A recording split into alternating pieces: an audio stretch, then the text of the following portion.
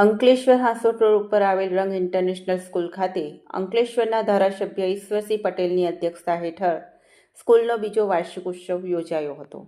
આ વાર્ષિક મહોત્સવમાં ભરૂચ જિલ્લા અધિક નિવાસી કલેક્ટર એન.આર. ધાંધલ, અવધૂત સાહિત્યના તજજ્ઞ કૌશલભાઈ દેસાઈ તથા દહેજ ઇન્ડસ્ટ્રીયલ એસોસિએશનના પ્રમુખ ડૉક્ટર સુનિલભાઈ ભટ્ટ, શ્રી ઠાકોરભાઈ પટેલ કોલેજના આચાર્ય ડૉક્ટર જી.કે. નંદા ઉપસ્થિત રહ્યા હતા.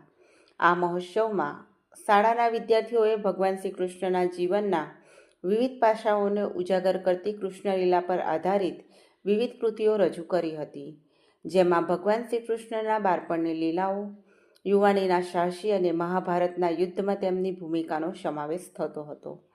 સવિશેષ પ્રદર્શન શાળાના વિદ્યાર્થીઓએ વિવિધ અવતારોની સાથે સાથે UV dance, skating dance, pyramid dance, Raslila તેમજ હનુમાન ચાલીસા વગેરે જેવી અદ્ભુત કૃતિઓ રજૂ કરી હતી.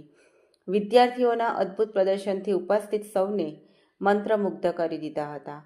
વધુમાં શાળાના પ્રતિભાસભર વિદ્યાર્થીઓને ઇનામ આપી સન્માનિત કરવામાં આવ્યા હતા.